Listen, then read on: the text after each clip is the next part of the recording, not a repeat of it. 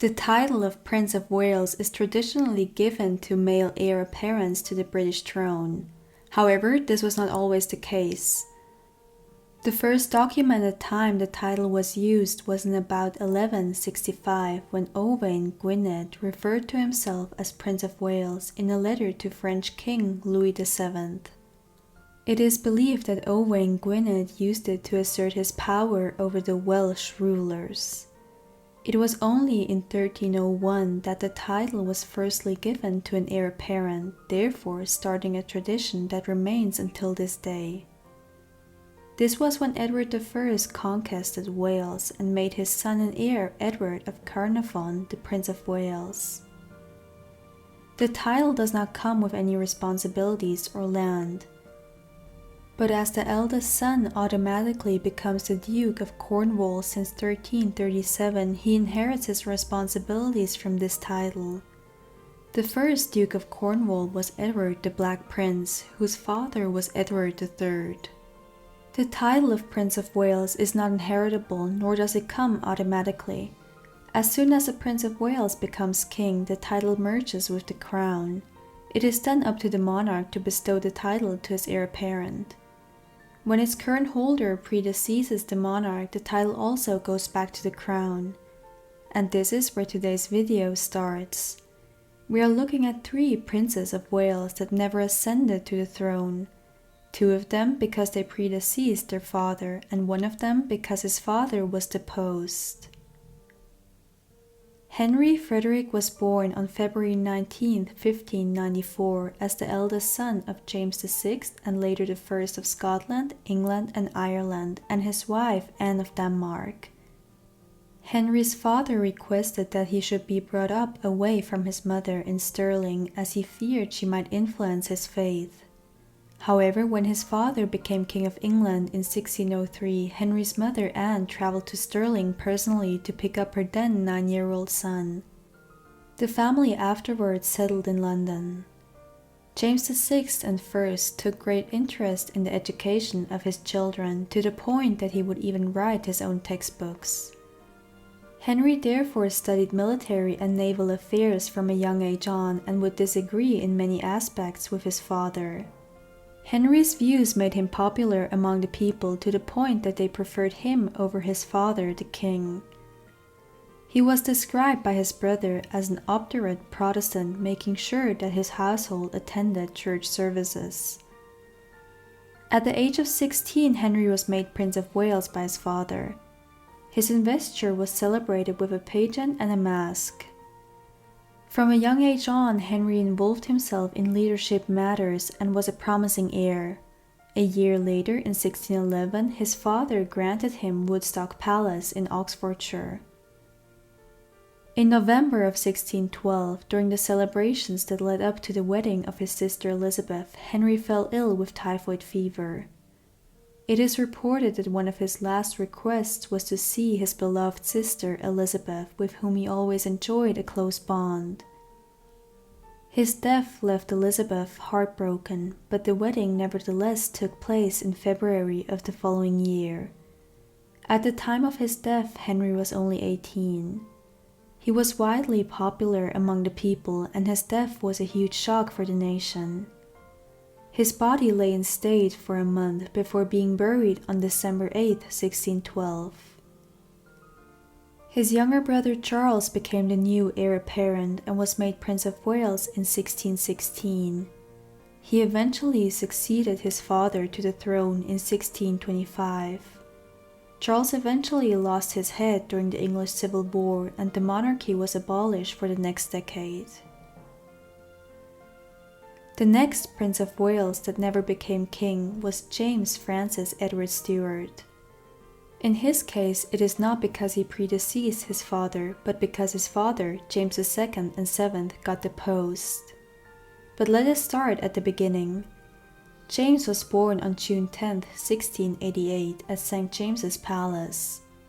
He was the son of James II and VII and his Catholic wife, Maria of Modena. His birth came as a shock to the nation, as this would mean that the next heir to the throne was also Catholic, despite Great Britain being Protestant. Therefore, rumors quickly started to spread stating that the child was illegitimate. James had two elder half-sisters from his father's first marriage, Mary and Anne. For years, the nation thought that the elder of them, Mary, who was raised in the Protestant faith, would succeed her father to the throne.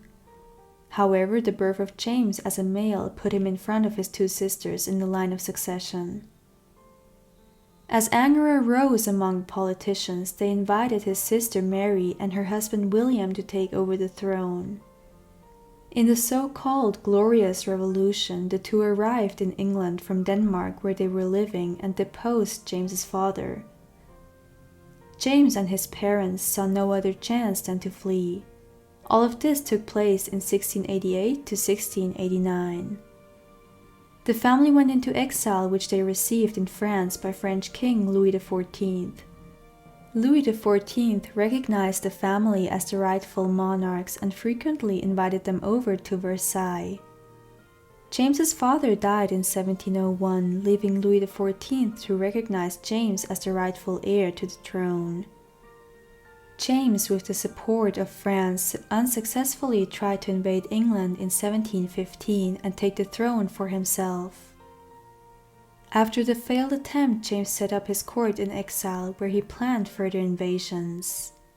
In 1719, he married Maria Clementina Sobieski, a granddaughter of King John III of Poland. Together with Maria, James had two sons.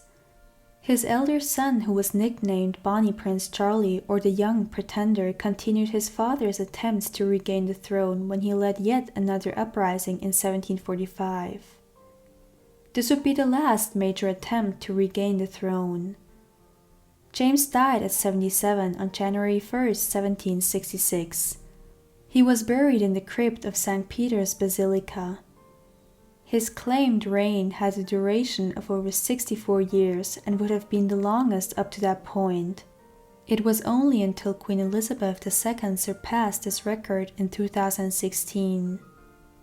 The next Prince of Wales we will be looking at who never became king was Frederick Louis. He was born on January 31, 1707 in Hanover. At the time of his birth, his direct family was not yet on the throne of Great Britain. However, his great-grandmother, Sophia of Hanover, was made the heir presumptive to the childless Queen Anne. In 1714, Sophia of Hanover died, and only a month later, Queen Anne of Great Britain passed away as well.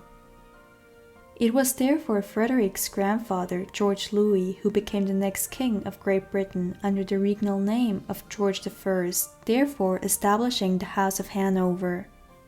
The coronation of Frederick's grandfather took place only 2 months after his ascension to the throne. Thereafter, Frederick's father, now the heir apparent to the throne of Great Britain, and his mother were summoned to England. The 7-year-old Frederick was left behind in Hanover in the care of his great-uncle. He would not see his parents for the next 14 years. Frederick was made the Duke of Edinburgh and Marquess of the Isle of Ely by his grandfather. It was only in 1728 that Frederick set foot in England. At that point, his father was the next king of Great Britain, and he had several new siblings. Frederick, now a grown-up man of 20 years of age, was more interested in women and gambling than in court life. In addition, the 14 years of separation from his parents took a toll on the relationship with them. In fact, their relationship to each other would remain cold. In 1729, Frederick was created Prince of Wales by his father. Frederick became the Chancellor of the University of Dublin. In fact, a portrait of him still hangs on the walls of Trinity College. Frederick was known for his love of music and is depicted so in 3 portraits by painter Philippe Mercier. Due to the strained relationship with his father, the king even considered issuing a decree that only the throne of Great Britain should pass to Frederick and that the throne of Hanover should pass to his more favorable son, William. Despite being a womanizer, Frederick married Princess Augusta of Saxe-Gotha in 1736. The couple would have 9 children. The birth of their first child further strained the already bad relationship Frederick had with his parents, as he forced his wife to give birth away from them. Back then, it would have been normal for the king to witness the birth. However, when Augusta went into labor, Frederick raised her to another residence. George II and his wife Caroline were shocked by this behavior, but relieved when the child was only a girl. In addition to being a patron of the arts, Frederick was also a cricket enthusiast, participating in many matches. On March 31, 1751, Frederick died of a lung abscess, most likely caused by a blow from a cricket. He was buried at Westminster Abbey and is the most recent Prince of Wales to not have ascended to the British throne. His eldest son, George, took his place in the line of succession and was created Prince of Wales 3 weeks after his death. George would succeed to the throne in 1760 as George III and had a nice long reign of over 63 years. He is most famously known for losing the American colonies during the American Revolutionary War.